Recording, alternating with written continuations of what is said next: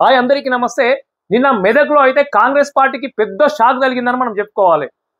18 నెలల సమయంలో మెదక్‌లో గెలిచినటువంటి మైనంపల్లి రోహిత్ భారీ మెజార్టీతో గెలిపించినటువంటి అతని అనుచరులు క్యాడర్ అయితే ఏదైతే ఉందో మళ్ళా తిరిగి టీఆర్ఎస్ సొంత గూటికి చేరడం జరిగింది. 18 నెలల్లో కూడా మైనంపల్లి హనుమంతరావు కావచ్చు, వాళ్ళ కొడుకు కావచ్చు మా దగ్గరికి వచ్చి మాకు అభివృద్ధి పనులు చేసింది ఏం లేదు. ఎప్పుడు వచ్చినా గానీ టీఆర్ఎస్ హరీష్ రావుని తిట్టండి, కేటీఆర్‌ని తిట్టండి, టీఆర్ఎస్ పార్టీని బదనాం చేయండి అని చెప్తే తప్ప మేము ఈ నిధులు తీసుకొస్తాం, మీకు అభివృద్ధి చేస్తామని చెప్పినటువంటి దాఖలు లేవు.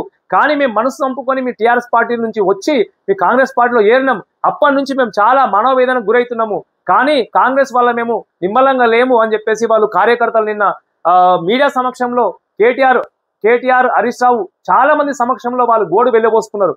మొత్తానికైతే మెతుకు సీమలో తెలంగాణ రక్తంలోనే మళ్ళా తిరుగుబాటు మొదలైందని చెప్పుకోవాలి. ఇది ఆరంభం మాత్రమే. ఎందుకంటే ఇప్పటి వరకు కూడా గెలిచినటువంటి కాంగ్రెస్ ఎమ్మెల్యేలు అయితే ఉన్నారో వాళ్ళ నియోజకవర్గాల్లో అభివృద్ధి చేస్తలేరు, పనులు చేస్తలేరు. ఏమనంటే మా దగ్గర నిధులు లేవంటారు.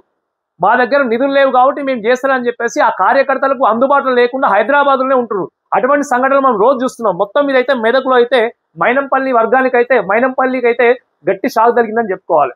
కానీ ఇక్కడ ఒక విషయం ఏంటంటే గమనించినట్టయితే మైనంపల్లి హనుమంతరావు కావచ్చు, మైనంపల్లి రోహిత్ కావచ్చు, వాళ్ళు మొత్తానికైతే మేము కాంగ్రెస్ ఎందుకంటే టీఆర్ఎస్ లో సీట్లు రాలేవు కాబట్టి మేము కాంగ్రెస్ పార్టీలో పోయినాం కాబట్టి ఎట్లయినా చేసి అక్కడ మెదక్లో ఉన్నటువంటి పద్మదేవేందర్ రెడ్డి టీఆర్ఎస్ అభ్యర్థి ఎవరైనా సరే ఆ టీఆర్ఎస్ అభ్యర్థిని ఓడగొట్టి మేము జెండా వేయాలని ఒక ఉద్దేశంతో అక్కడ వెళ్ళి పోటీ చేసి అక్కడ గెలవడం జరిగింది.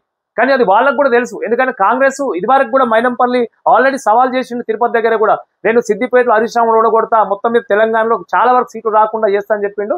మొత్తం మీద అయితే అక్కడ ఆ గాలి కాంగ్రెస్ గాలి వీచి మంచి మెజార్టీతోనే గెలిచిండు. గెలిచిన 18 నెలల్లో కూడా కనీసం వాళ్ళు పట్టణ ప్రజలకు అక్కడ కాన్స్టిట్యున్సీకి పోయి తిరిగి అలా చేసింది ఏం లేదు అని చెప్పేసి అక్కడ కార్యకర్తలు చెప్తున్నటువంటి మాట. మొత్తానికైతే మెతుకు సీమలో అయితే మొత్తానికైతే కాంగ్రెస్ పని కథం అయిపోయింది. అలాగే మైనంపల్లి వాళ్ళ పని కూడా క్లోజ్ అని మనం చెప్పుకోవాలి. ఎందుకంటే భారీ సంఖ్యలో కాంగ్రెస్ అభ్యర్థిని గెలిపించినటువంటి ముఖ్య అనుచరులు అక్కడ ఉన్నటువంటి మాజీ చైర్మన్ కావచ్చు, అంటే మంచి నాయకులు మొత్తం మీద అయితే టీఆర్ఎస్ లో ఉన్నటువంటి బలమైన నాయకులు కాంగ్రెస్ లోకి వచ్చారు. వాళ్ళు మళ్ళీ తిరిగి మన టీఆర్ఎస్ గూటికి వెళ్ళిపోయారు కాబట్టి మెదక్లో ఇక కాంగ్రెస్ పని కథం అని మనం చెప్పుకోవాలి.